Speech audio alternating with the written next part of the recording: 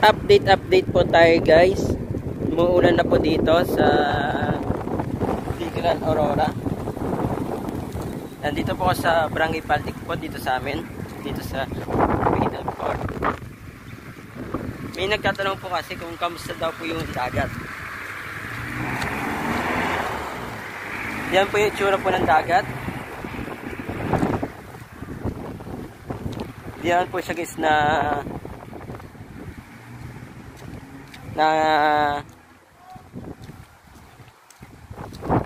malalim guys. Kumbaga type po siya guys. Oh. Okay, so type naman po siya. Mahangin na guys dito.